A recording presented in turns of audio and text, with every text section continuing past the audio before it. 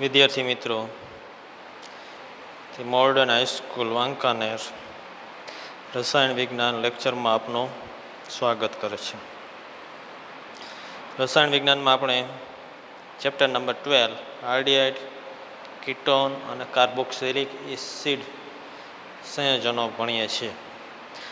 અત્યાર સુધી આપણે આલ્ડીહાઇડ અને કીટોન સંયોજનો વિશેનો અભ્યાસ કરી ગયા. આલ્ડીહાઇડ અને કીટોન સંયોજનોની બનાવટ, ભૌતિક ગુણધર્મો અને રાસાયણિક ગુણધર્મો મુખ્યત્વે શીખ્યા. આ ઉપરાંત નામકરણ, બંધારણ એના વિશેની માહિતી પણ આપણે મેળવી ગયા. હવે આ ચેપ્ટરનો બીજો ભાગ કાર્બોક્સિલિક એસિડ. કાર્બોક્સિલિક એસિડ સંયોજનો. કાર્બોક્સિલિક એસિડ સંયોજનોમાં કાર્બોક્સિલિક એસિડ કોને કહેવામાં આવે છે? કાર્બોક્સિલિક એસિડ સંયોજનો કોને કહેવામાં આવે છે? કાર્બોક્સિલિક એસિડનું નામકરણ, કાર્બોક્સિલિક એસિડ સંયોજનનું નામકરણ, એનું બંધારણ, કાર્બોક્સિલિક એસિડની બનાવવાની રીત, ભૌતિક ગુણધર્મો અને રાસાયણિક ગુણધર્મો વારાફરતી આપણે જોવાના છે. કાર્બોક્સિલિક એસિડ સંયોજનો. જે સંયોજનમાં ક્રિયાશીલ સમૂહ COOH હોય, ક્રિયાશીલ સમૂહ COOH હોય એવા સંયોજનને કહેવામાં છે કાર્બોક્સિલિક એસિડ સંયોજનો. હવે કાર્બોક્સિલિક એસિડમાં COOH સમૂહ છે, એમાં કાર્બોનિલ, C દ્વિબંધ O અને OH, કાર્બોનિલ સમૂહ અને હાઇડ્રોક્સિલ સમૂહ. કાર્બોનિલ અને હાઇડ્રોક્સિલ બંને સમૂહ રહેલા છે, એટલા માટે બંનેને જોડીને કાર્બોનિલ અને હાઇડ્રોક્સિલ બંને જોડીને કાર્બોક્સિલ તરીકે ઓળખવામાં આવે છે. તો આ કાર્બોક્સિલ એટલે કાર્બોનિલ અને હાઇડ્રોક્સી સમૂહ બંને સાથે મળીને COOH સમૂહ થાય છે. જેની અંદર આવો COOH સમૂહ હોય તો એવા સંયોજનને ઓળખવામાં આવે છે કાર્બોક્સિલિક એસિડ સંયોજન તરીકે. હવે કાર્બોક્સિલિક એસિડમાં R તરીકે RCOOH સમૂહ થયો તો એ R તરીકે આલ્કાઇલ અથવા એરોમેટિક ArCOOH સમૂહ છે જોડાયેલા હોય છે. એટલે એલિફેટિક અને એરોમેટિક R આલ્કાઇલ સમૂહ જોડાયેલા હોય તો એવા કાર્બોક્સિલિક એસિડને કહેવામાં છે એલિફેટિક કાર્બોક્સિલિક એસિડ. એ R સમૂહ જોડાયેલો હોય તો એવા કાર્બોક્સિલિક એસિડને કહેવામાં આવે છે એરોમેટિક કાર્બોક્સિલિક એસિડ. એલિફેટિક સંયોજનોમાં જો કાર્બનની સંખ્યા 12 થી 18 હોય તો એવા કાર્બોક્સિલિક એસિડને કહેવામાં છે ફેટી એસિડ. ઘન સ્વરૂપમાં હશે આવા બધા કાર્બોક્સિલિક એસિડ, જેમાં કાર્બનની સંખ્યા C12 થી 18 હોય તો એવા કાર્બોક્સિલિક એસિડ કુદરતમાં મળી આવે છે મોટાભાગના, તો એ ફેટી એસિડ તરીકે ઓળખાય છે. જે કુદરતી ચરબીમાં ગ્લિસરોલના એસ્ટર સંયોજન તરીકે જોવા મળે છે. ગ્લિસરોલના એસ્ટર સંયોજન તરીકે મળી આવે છે. હવે કાર્બોક્સિલિક એસિડ સંયોજનમાંથી કેટલાક અગત્યના સંયોજન જેવા કે એનહાઇડ્રાઇડ, એસ્ટર, એસિડ ક્લોરાઇડ કે એમાઇડ સંયોજનો આમાંથી બની શકે છે. એટલે એના પ્રારંભિક પદાર્થ તરીકે આ કાર્બોક્સિલિક એસિડ સંયોજનો છે એ ઉપયોગી છે. એટલે કાર્બોક્સિલિક એસિડ સંયોજનો COOH સમૂહ ધરાવશે, એલિફેટિક અને એરોમેટિક બંને આવશે. એમાંથી C12 થી શરૂ કરીને C18 ફેટી એસિડ તરીકે ઓળખાય. અને ઘણા બધા સંયોજનમાં પ્રારંભિક પદાર્થ તરીકે કાર્બોક્સિલિક એસિડ સંયોજનો વપરાય છે. હવે કાર્બોક્સિલિક એસિડ સંયોજનનું નામકરણ. કાર્બોક્સિલિક એસિડ સંયોજનો છે એ મોટાભાગના છે એ કુદરતમાંથી સૌથી પહેલાં છે મેળવવામાં આવ્યા. સંશ્લેષિત લેબોરેટરીમાં નહીં, પણ કુદરતમાંથી સૌથી પહેલાં મેળવવામાં આવેલા હતા. એટલે એના નામ છે એ સામાન્ય નામ ઉપરથી IUPAC નામ અથવા તો એના નામ છે એ સામાન્ય નામથી ઘણા બધા ઓળખવામાં આવે છે. દાખલા તરીકે HCOOH, HCOOH એનું સામાન્ય નામ છે ફોર્મિક એસિડ. તો ફોર્મિક એસિડ કુદરતી સ્ત્રોત લાલ કીડીને લેટિન ભાષામાં કહેવામાં છે ફોર્માઇકા.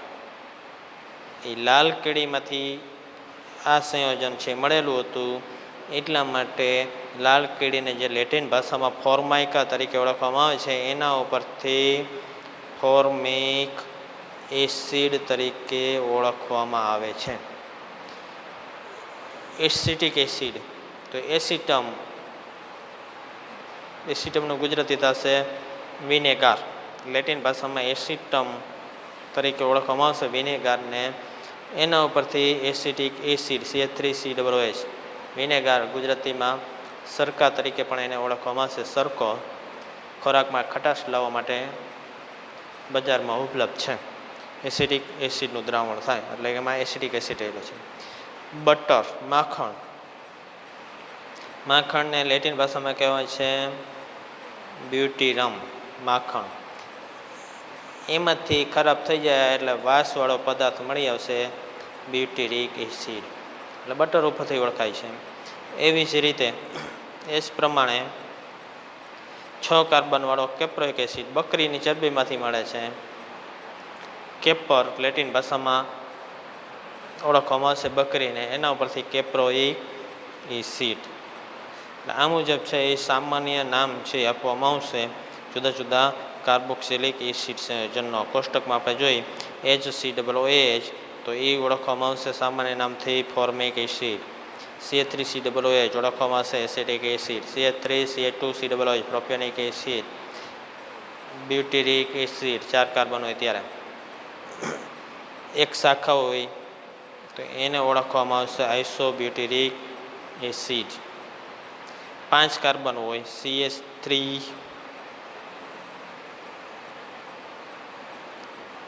CH2, 3 વખત COOH, 5 કાર્બન થાય. 5 કાર્બન છે એ થશે. વેલરિક એસિડ 6 કાર્બન હોય. કેપ્રોઇક એસિડ, તો એ સંયોજનો છે એ ઓળખાશે. આ ઉપરાંત જેની અંદર 2 COOH સમૂહ હોય, 1 અને 2 કાર્બન છે, તો એને ઓળખવામાં આવશે ઓક્સેલિક એસિડ. 2 COOH સમૂહ હોય એવો 3 કાર્બનની શૃંખલા, એને ઓળખવામાં આવશે મેલોનિક એસિડ. 4 COOH સાથે કુલ 4 કાર્બન રહેલા હોય તો એને ઓળખવામાં સક્સિનિક એસિડ. 2 COOH સમૂહ અને ટોટલ કાર્બન 5, તો એને કહેવાય છે ગ્લુટારિક એસિડ. ટોટલ કાર્બન 6 અને 2 COOH સમૂહ, એને કહેવાય છે એડિપિક એસિડ. પોલિમરની બનાવટ માયર, નાયલોન 6,6નો મોનોમર, એડિપિક એસિડ. ટોટલ કાર્બનની સંખ્યા છે એ 1, 2, 3, 4, 5, 6, પણ એમાં 3 COOH સમૂહ છે. આ શાખામાં છે 3 COOH, એટલે એને ઓળખવામાં છે ટ્રાય કાર્બાઇલિક એસિડ. 3 COOH સમૂહ હોવાના કારણે, અથવા એનું સામાન્ય નામ છે કાર્બાઇલિક એસિડ. એટલે આ મુજબ છે એ સંયોજનના સામાન્ય નામ થાય છે. એરોમેટિક સંયોજન હોય તો એમાંથી બેન્ઝીન સાથે COOH જોડાયેલું હોય તો બેન્ઝોઇક એસિડ. CH2COOH સમૂહ બેન્ઝીન સાથે જોડાયેલો એટલે ફિનાઇલ એસિટિક એસિડ. એસિટિક એસિડ સાથે ફિનાઇલ જોડાયેલું, ફિનાઇલ એસિટિક એસિડ. એક જ બેન્ઝીન રિંગમાં બાજુના 2 કાર્બન સાથે COOH સમૂહ છે, તો એને ઓળખવામાં છે થેલિક એસિડ તરીકે. આ થયા સંયોજનના સામાન્ય નામ. હવે પછી આપણે IUPAC નામ જોવાનું થાય છે. તો IUPAC નામ માટે, સંયોજનના IUPAC નામકરણ માટે કાર્બનની સળંગ શૃંખલા, એ કાર્બનની શૃંખલામાં આલ્કેનનું નામ, શૃંખલા માટે આલ્કેનનું નામ, એના સ્પેલિંગમાં ઈ દૂર કરીને ઓઇક એસિડ લગાડવામાં આવે. મિથેનનો ઈ દૂર કરીને ઓઇક એસિડ લગાડવામાં આવે એટલે મિથેનોઇક એસિડ. કાર્બનની શૃંખલામાં કાર્બન 1 હોય ત્યારે HCOOH ફોર્મિક એસિડ સામાન્ય નામ. આમાં 1 કાર્બન છે એટલે મિથેન, મિથેનમાં મિથેનોઇક એસિડ, એ પ્રમાણે નામકરણ થાય. CH3COOH એસિટિક એસિડ એવું સામાન્ય નામ.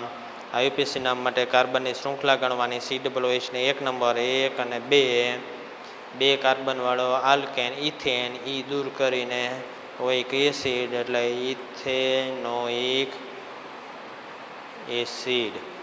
ઇથેનોઇક એસિડ નામકરણ થશે.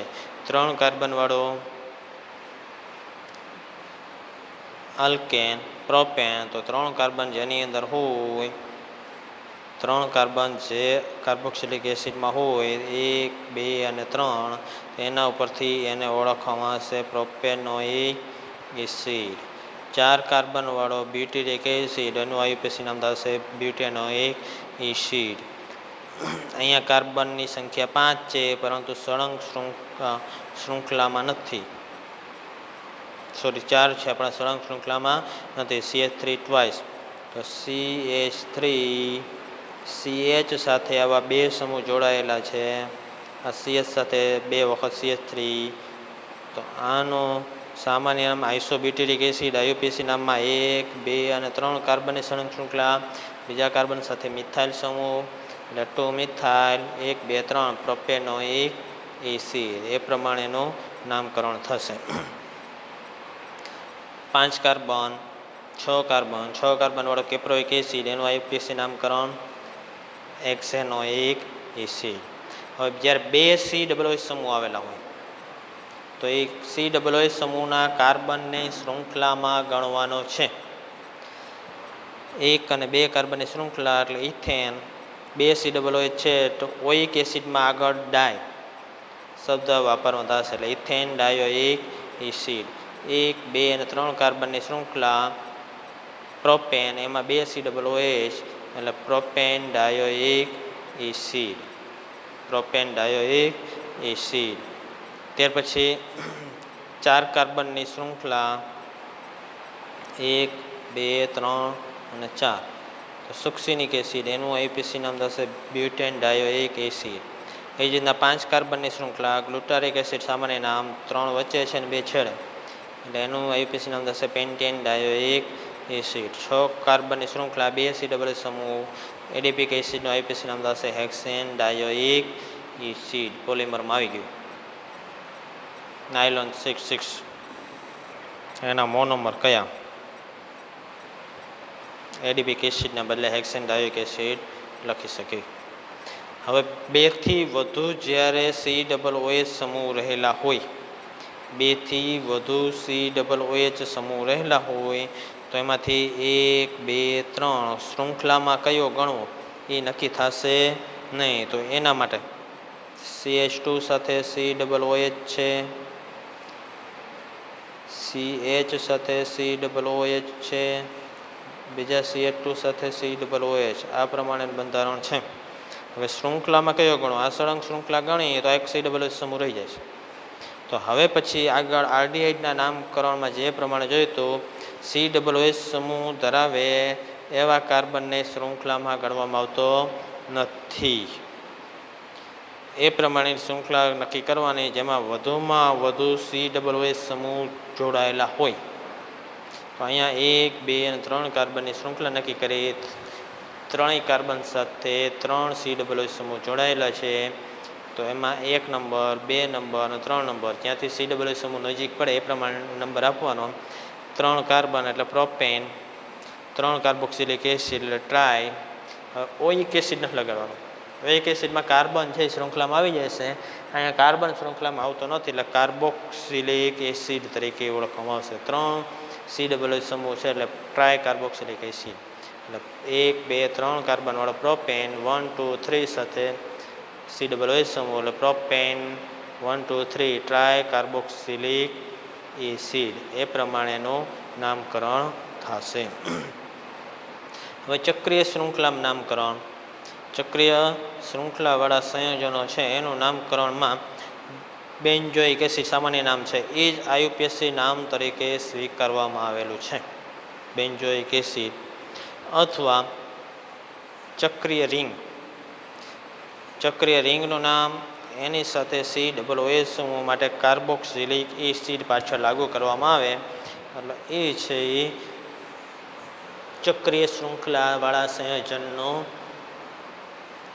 એવા કાર્બોક્સિલિક એસિડનું નામકરણ થશે. બેન્ઝીનની પાછળ COOH માટે કાર્બોક્સિલિક એસિડ એટલે બેન્ઝીન કાર્બોક્સિલિક એસિડ એવું IUPAC નામકરણ થાય. બેન્ઝીન કાર્બોક્સિલિક એસિડ અથવા બેન્ઝોઇક એસિડ એનું IUPAC નામ થશે.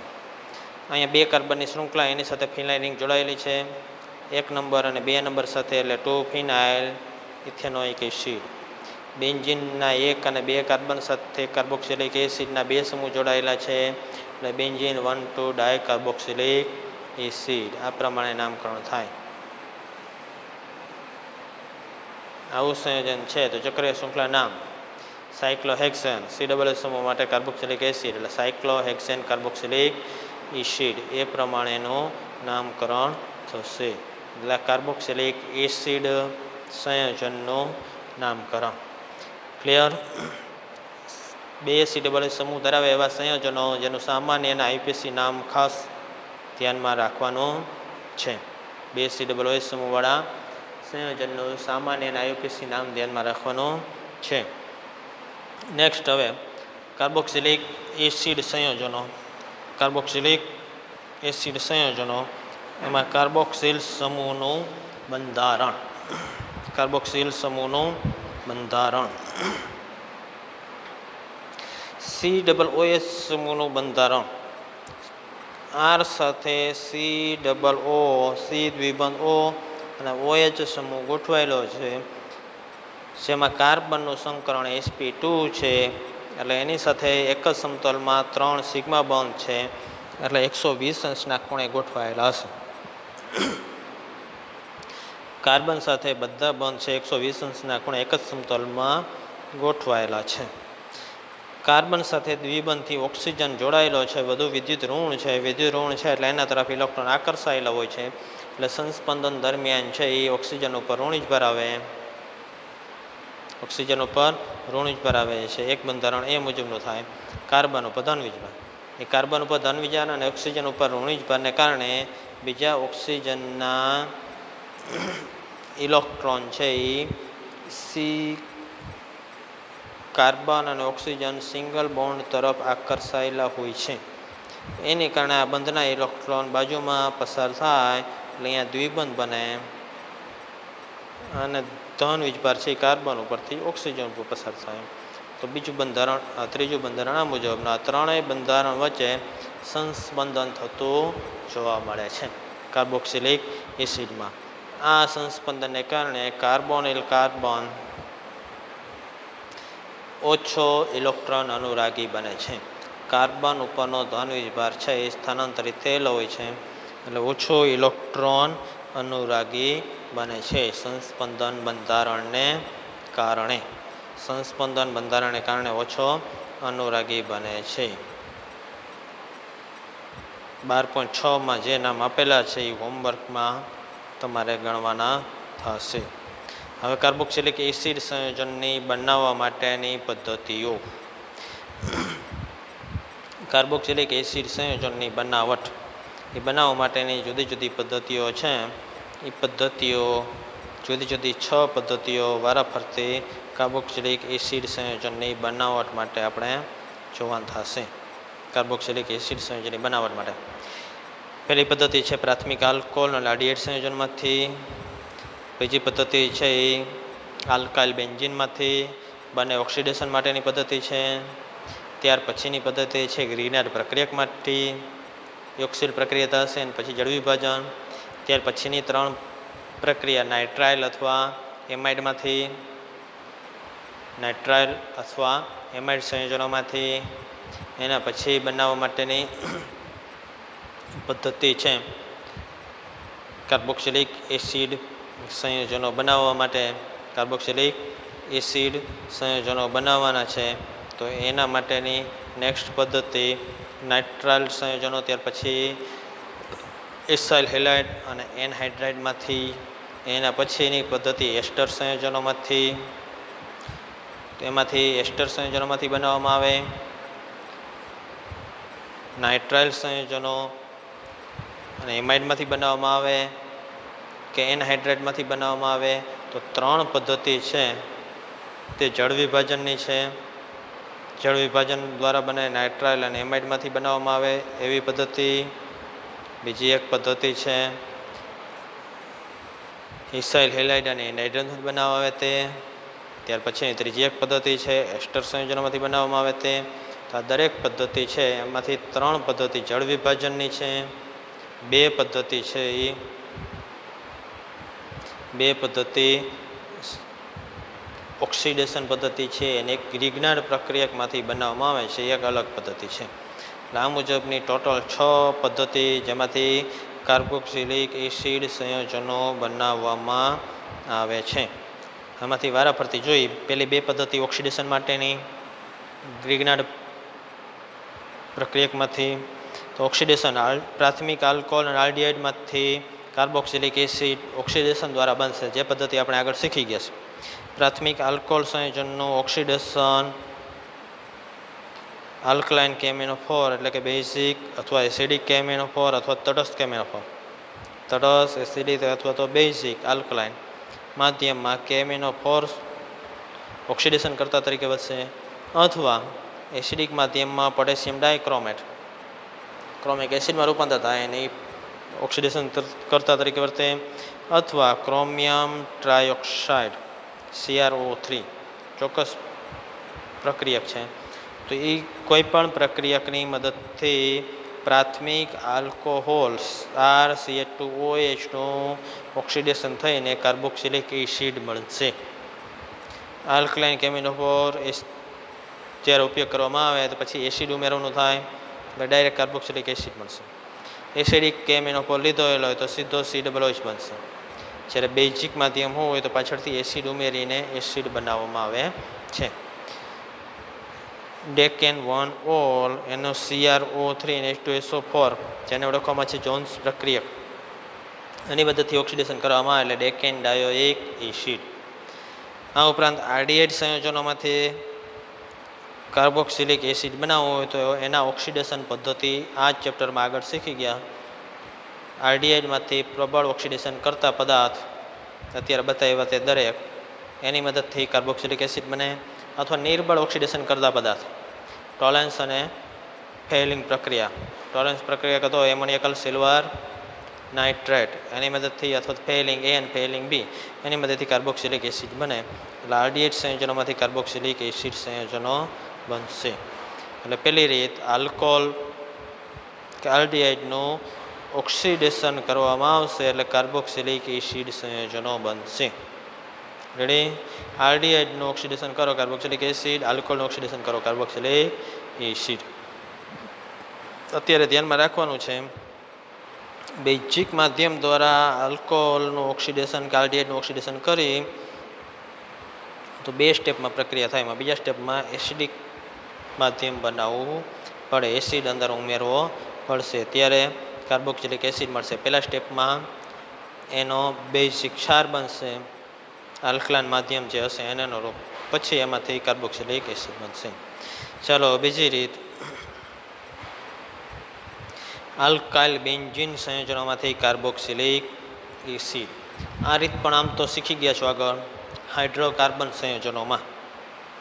આલ્કાઇલ બેન્ઝીનમાં એરોમેટિક સાથે આલ્કાઇલ સમૂહ જે જોડાયેલો હશે એનું ક્રોમિક એસિડ H2CrO4 કે એસિડિક કે બેઝિક માધ્યમમાં પોટેશિયમ પરમેંગેનેટ સાથે ઉગ્ર ઓક્સિડેશન કરવામાં આવે, તાપમાન ઊંચું રાખવામાં આવે તો તેની મદદથી કોઈ પણ લાંબી શૃંખલા હશે તેનું ઓક્સિડેશન COOH સમૂહમાં થઈ જશે.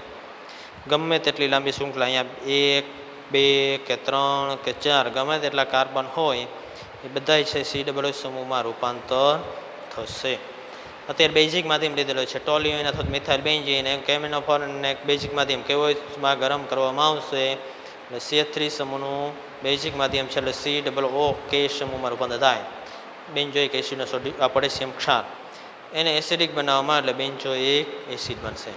મિથાઇલ બેન્ઝીનને બદલે ઇથાઇલ બેન્ઝીન લેવામાં આવે તો આ જ નિપજ મળશે. પ્રોપાઇલ બેન્ઝીન લેવામાં આ જ નિપજ મળે છે. એટલે શૃંખલા ગમે તેટલી લાંબી હોય પણ એનું ઓક્સિડેશન થઈને આ પ્રમાણેની જ નિપજ મળે. જો અહીંયા પ્રોપાઇલ બેન્ઝીન કેમ એનો પણ કહેવાય જોડાય ઓક્સિડેશન, એટલે એમાંથી નિપજ મળશે પોટેશિયમ બેન્ઝોએટ, એને એસિડિક બનાવવા એટલે બેન્ઝોઇક એસિડ. હવે આની અંદર જો બે શૃંખલા લેવામાં આવેલી હોય તો પણ બંને શૃંખલા છે એનું ઓક્સિડેશન થાય. આનું ઓક્સિડેશન કરવામાં આવશે KMnO4 બેઝિક માધ્યમ અથવા એસિડિક માધ્યમ KMnO4 H2SO4 ગરમ કરવામાં આવશે તો એમાં બંને શૃંખલાનું COOH રૂપાંતર થાય. COO કે COO એને બનતું નથી કેમ કે એસિડિક માધ્યમ છે. જો બેઝિક માધ્યમ હોય તો બેઝને અનુરૂપ પોટેશિયમ કે સોડિયમ ક્ષાર બનશે, પણ ડાયરેક્ટ અત્યારે ઓક્સિડેશન થશે એટલે એમાંથી બે શૃંખલા છે એનું ઓક્સિડેશન થઈને થેલિક એસિડ બેન્ઝીન ડાયોઇક એસિડમાં રૂપાંતર થાય છે. એટલે આલ્કાઇલ બેન્ઝીન આલ્કાઇલ શૃંખલાની લંબાઈને ધ્યાનમાં રાખ્યા વગર એનું ઓક્સિડેશન થાય છે. હવે આ પ્રમાણેનું ઓક્સિડેશન છે એ પ્રાથમિક અને દ્વિતીયક આલ્કાઇલ સમૂહ હોય તો થાય છે, પણ તૃતીયક આલ્કાઇલ સમૂહ ઉપર તેની અસર થતી નથી. અહીંયા આલ્કાઇલ સમૂહ છે એ પ્રાથમિક અથવા તો દ્વિતીયક કોઈ પણ હોય તેનું COOHમાં રૂપાંતર થઈ જાય અંતિમ નિપજ તરીકે.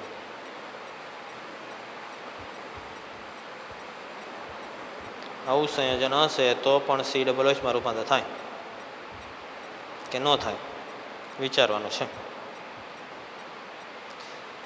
આલ્કાઇલ સમૂહ છે દ્વિતીયક છે તો આનું રૂપાંતર થશે, પણ અહીંયા હાઇડ્રોજન દૂર થઈને કોઈ પણ સમૂહ જોડાયેલો તો એનું ઓક્સિડેશન થશે નહીં. એટલે પ્રાથમિક કે દ્વિતીયક આલ્કાઇલ સમૂહ અહીંયા જોડાયેલો હોય ત્યાં સુધી ઓક્સિડેશન થશે. તૃતીયક આલ્કાઇલ સમૂહ માટે ઓક્સિડેશન થતું નથી. એટલે કાર્બોક્સિલિક એસિડ માટે એક પ્રાથમિક આલ્કોહોલ અથવા આલ્ડીહાઇડમાંથી, બીજું છે આલ્કાઇલ બેન્ઝીન, બંને છે એ ઓક્સિડેશન દ્વારા નિપજ આપશે. ત્રીજી રીત આપણે જોઈએ ગ્રિગ્નાર્ડ પ્રક્રિયકમાંથી. ગ્રિગ્નાર્ડ પ્રક્રિયકમાંથી કાર્બોક્સિલિક એસિડ સંયોજનો. ગ્રિગ્નાર્ડ પ્રક્રિયક આલ્કાઇલ મેગ્નેશિયમ હેલાઇડ ગ્રિગ્નાર્ડ પ્રક્રિયક છે. એ ગ્રિગ્નાર્ડ પ્રક્રિયકની સૂકા બરફ એટલે કે ઘન કાર્બન ડાયોક્સાઇડ સાથેની પ્રક્રિયા કરવામાં આવે છે. એટલે એમાંથી મધ્યવર્તી નિપજ જેનું જળ વિભાજન થઈને કાર્બોક્સિલિક એસિડ બને છે. C દ્વિબંધ O માંથી એક બંધ તૂટે એટલે કાર્બન ધન વીજભારિત ઓક્સિજન ઋણ વીજભારિત બંધ તૂટે. એટલે અહીંયા છે આ MgXનું વિભાજન થાય તો આપણે જાણીએ છીએ Mg છે ધન વીજભારિત બનશે, R શૃંખલા છે ઋણ વીજભારિત, એટલે ઋણ વીજભારિત R છે એ ધન વીજભારિત કાર્બન સાથે જોડાય.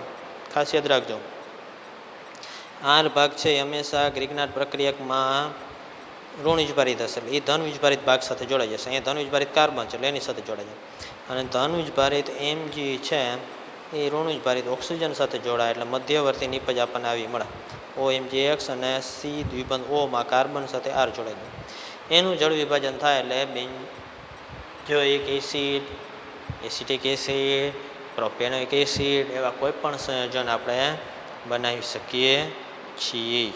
એટલે આ પ્રમાણેનું RCOOH સંયોજન મળશે. દાખલા તરીકે alkyl magnesium halide CH3 CH2 MgCl લેવામાં આવ્યો છે. ઇથાઇલ મેગ્નેશિયમ ક્લોરાઇડ NeCO2 ઘન કાર્બન ડાયોક્સાઇડ સાથે પ્રક્રિયા કરી તો પહેલા સ્ટેપમાં શુષ્ક ઇથરની હાજરીમાં CO2માં C દ્વિબંધ O અને O અહીંયા કાર્બન સાથે જોડાઈ જશે. આલ્કાઇલ સમૂહ CH3CH2 ઓક્સિજન સાથે જોડાઈ જશે MgCl. ફરીથી એનું છે H3O+ની હાજરીમાં વિભાજન થાય, જળ વિભાજન CH3CH2 આ ભાગ સાથે OH જોડાઈ જશે એટલે CH3CH2C OH અને MgOH X દૂર થઈ જાય. ઇથાઇલ મેગ્નેશિયમ ક્લોરાઇડમાં 2 કાર્બન છે એનું રૂપાંતર 3 કાર્બનવાળા પ્રોપેનોઇક એસિડમાં થાય છે. એટલે આ પ્રક્રિયા દ્વારા આલ્કાઇલ શૃંખલામાં કાર્બનની સંખ્યા વધે છે. એટલે આલ્કાઇલ શૃંખલામાં કાર્બનની સંખ્યા વધારવી હોય તો એના માટે આનો ઉપયોગ થઈ શકે છે ગ્રિગ્નાર્ડ પ્રક્રિયકનો. બીજી એક પ્રક્રિયા પણ આવી જોઈ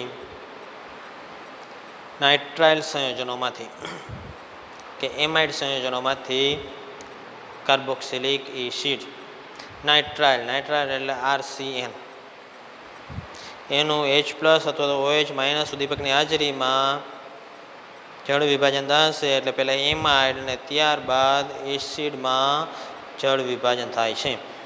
RCN જળ વિભાજન થાય એટલે H2O અણુ ઉમેરાય.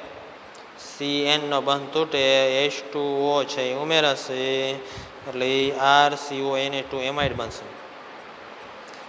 પ્રક્રિયા છે એ એમાઇડ બનાવવા માટે છે એ પ્રારંભિક પ્રક્રિયા પરિસ્થિતિ હળવી રાખીએ એટલે નિપજ એમાઇડ મેળવી શકાય. ફરીથી એમાં એસિડ પ્રબળ કે બેઝ છે માધ્યમમાં જળ વિભાજન થાય એટલે RCOOH બને.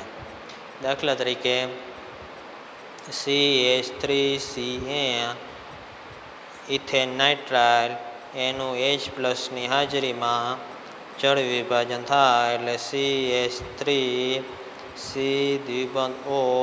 NH2 ઇથેન એમાઇડ એનું જળ વિભાજન થાય H+ હાજરીમાં એમાંથી નિપજ બનશે CH3COOH ઇથેનોઇક એસિડ છે એ નિપજ તરીકે મળશે. વધારાનો NH3 દૂર થાય. અહીંયા 2 કાર્બન છે એ ઇથેન નાઇટ્રાઇલ મેળવવો હોય તો એના માટેની પ્રક્રિયા CH3Cl આલ્કાઇલ હેલાઇડની પ્રક્રિયા તમે જોઈ ગયા છો. આલ્કાઇલ હેલાઇડમાંથી ઇથેન નાઇટ્રાઇલ કેવી રીતના મેળવવો યાદ કરો. વિચારી જુઓ, આગળના એક ચેપ્ટરમાં આવી ગયું છે, યાદ કરીને રાખવાનું છે. આલ્કાઇલ હેલાઇડમાં 1 કાર્બન છે એમાંથી સ્ટેપ બાય સ્ટેપ પ્રક્રિયા થઈને ઇથેનોઇક એસિડ 2 કાર્બન થઈ ગયા. તો એ કાર્બનની સંખ્યા વધારવા માટે આ પ્રક્રિયા નાઇટ્રાઇલ સંયોજનોમાંથી એસિડ બનાવવા માટે આનો ઉપયોગ કરવામાં આવે છે. એમાઇડ સંયોજનનું જળ વિભાજન કરવામાં આવે CH3CONH2 તો એનું જળ વિભાજન થઈને પણ એસિડ બનશે. H+ હાજરીમાં ગરમ કરવામાં આવે અહીંથી NH3 છે દૂર થઈ જશે એટલે એસિડ બનશે. બેન્ઝેમાઇડની પ્રક્રિયા જળ વિભાજન તો એમાંથી પણ બેન્ઝેમાઇડને H3O+ સાથે ગરમ કરવામાં આવે H+ હાજરીમાં જળ વિભાજન થાય એટલે બેન્ઝોઇક એસિડ નિપજ તરીકે મળશે. એટલે આ પ્રક્રિયા દ્વારા જળ વિભાજન નાઇટ્રાઇલ સંયોજનનો અથવા એમાઇડ સંયોજનનો આપણને નિપજ તરીકે કાર્બોક્સિલિક એસિડ મળશે. અહીંયા છે એ નાઇટ્રાઇલ સંયોજનો અને ગ્રિગ્નાર્ડ પ્રક્રિયા 2 પ્રક્રિયા દ્વારા કાર્બનની સંખ્યા વધુ હોય આલ્કાઇલ હેલાઇડમાંથી કાર્બનની સંખ્યા 1 વધે એવો કાર્બોક્સિલિક એસિડ બનાવી શકાય છે.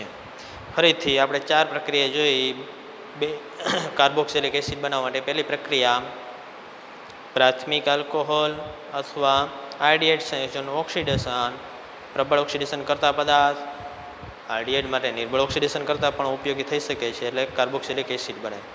બીજી પ્રક્રિયા આલ્કાઇલ બેન્ઝીન એનું ઓક્સિડેશન પ્રબળ ઓક્સિડેશન કરતા પદાર્થની મદદથી કાર્બોક્સિલિક એસિડ શાખા ગમે તેટલી લાંબી હોય પ્રાથમિક કે દ્વિતીયક આલ્કાઇલનું આપણે અહીંયા ઓક્સિડેશન કરીને 1 કાર્બન શૃંખલામાં જોડાય એવો કાર્બોક્સિલિક એસિડ બનાવી શકીએ છીએ. ત્રીજી રીત આપણા માટે જોઈ ગ્રિગ્નાર્ડ પ્રક્રિયકની સૂકા બરફ સાથે પ્રક્રિયા એનું જળ વિભાજન એટલે કાર્બોક્સિલિક એસિડ.